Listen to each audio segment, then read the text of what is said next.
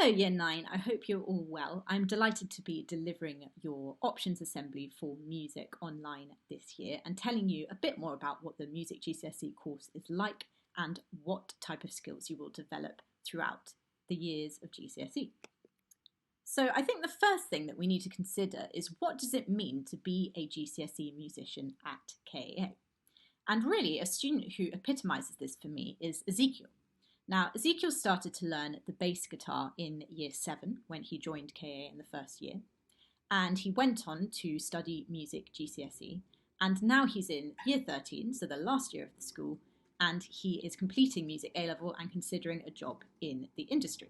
And what we are going to do is going to watch a performance of Ezekiel performing I Feel Good, which he performed in year 10. And we're going to watch the performance and think about the musical qualities that Ezekiel shows. My name is Ezekiel and this is my solo performance. Wow! I feel good!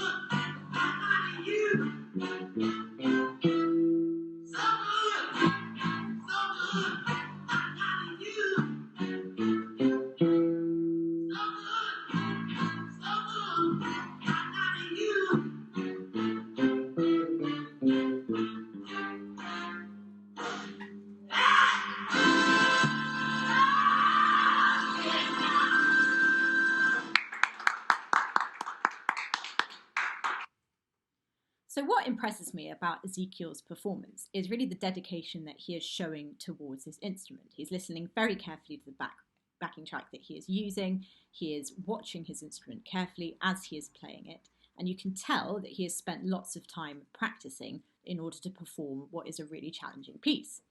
I think that also the really important thing to mention is that Ezekiel's performance is not perfect, but through his resilience and pushing through when he makes a slight error, he creates a confident performance and he is happy to be resilient when things are a little bit challenging. And so thinking about this, these are the skills that we want to see in a GCSE music student. A student that demonstrates commitment, resilience, teamwork, creativity, and professionalism.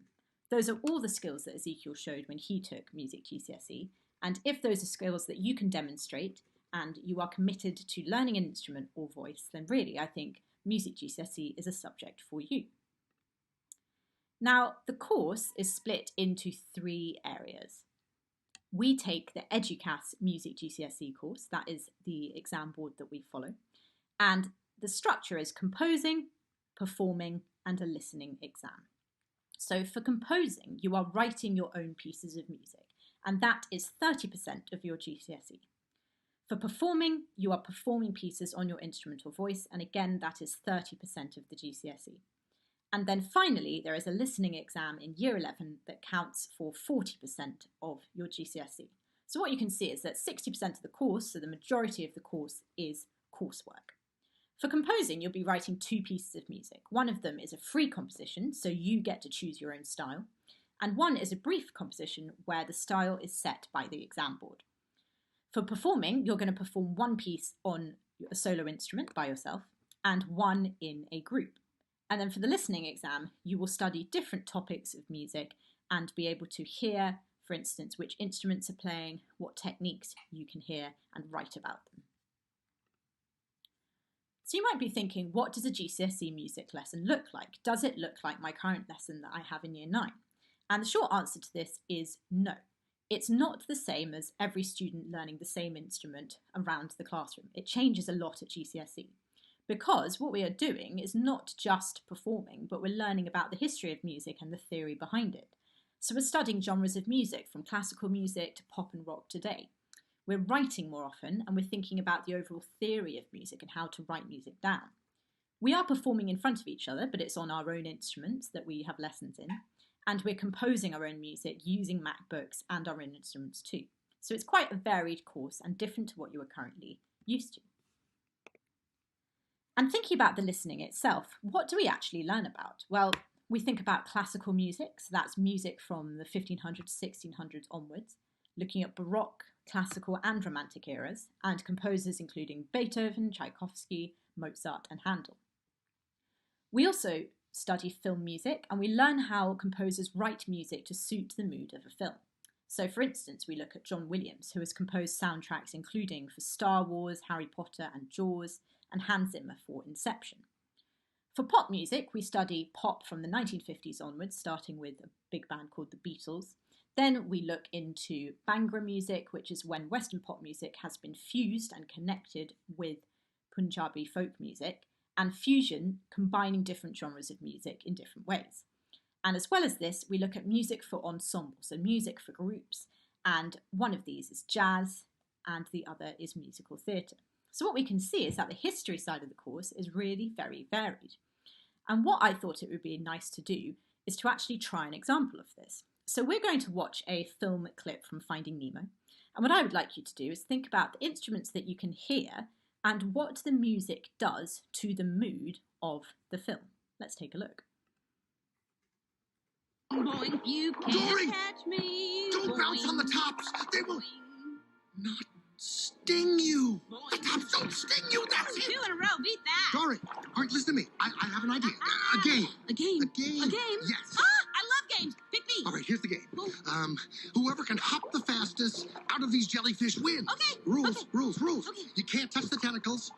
Only the tops. Something about tentacles. Got it. On your mark, get No, that. no, wait. Not something about them. It's all about them. Wait. Gotta go faster if you want to win. Dory. Boing, boing, boing, boing, boing. Wait a minute. Dory. Whee! So we're cheating death now. That's what we're doing. We're having fun at the same time. So in that short clip, what we can hear at the very beginning is some held notes played by string instruments, including the cello and the violin. And they're really just kind of held while Marlin's explaining this game to Dory, and she's kind of waiting to see what happens. It keeps the suspense going. And then, as soon as Dory swims off, it all gets very much more exciting. You can hear quick melodies in the violins, you can hear the tempo increasing, getting faster, you can hear everything getting louder and more instruments being added. And really, this is the type of thing that we do in a music GCSE lesson. We listen to pieces of music, might be to do with the film, might be something else, and we consider how the musical elements have been used to make a piece exciting. Now, what I was hoping to do was to be able to show you and have a student speak to you in person. But obviously, as we're online, what I'm going to do now is show you an example of a GCSE music composition by a student who took GCSE music last year. So this is Sam, and he's now taking music A-level. He's in year 12 now. And this was his free composition. So as I said earlier, he got to decide the topic that he was writing about and the style of music that he was using. So he decides to compose a lo-fi piece of music, and we are going to listen to this now.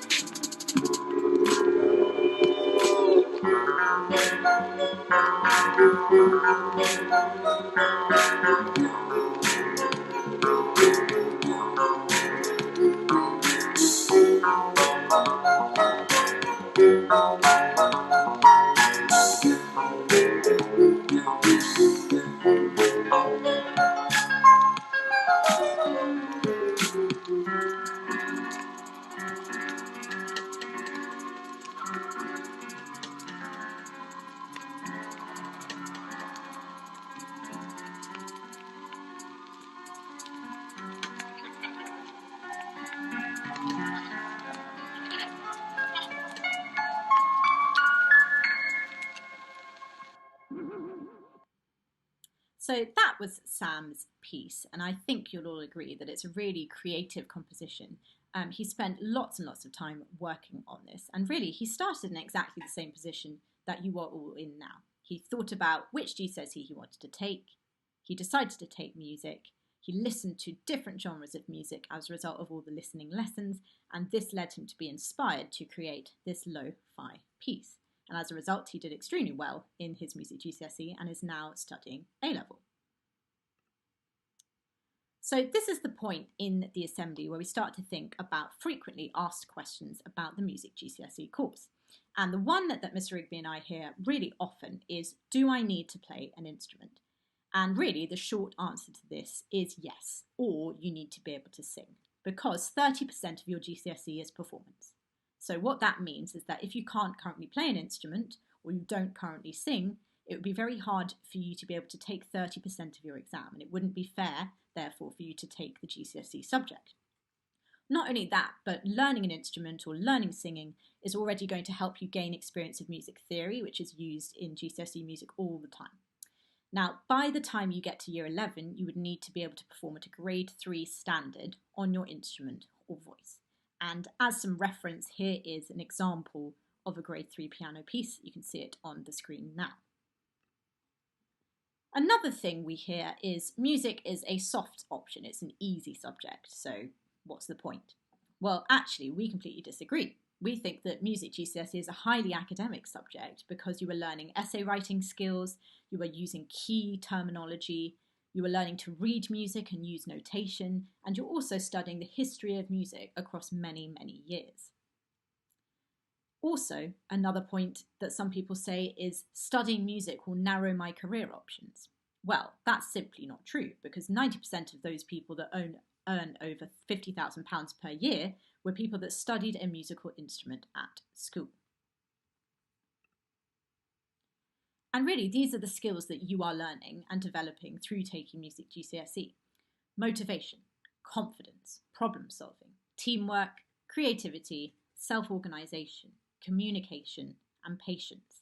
And these are just the type of skills that employers are impressed by, regardless of what area you go into in your future career. In music careers, there are many that are possible. So you can see a list of potential popular careers that students go into as they progress through their GCSE and then future courses. And you can see that this stretches from performing to songwriting to being a music therapist to organising events. And these are all careers where having a music GCSE is very valuable. So you might be wondering how you can join the GCSE course. The first thing to say is that you must audition to take GCSE music.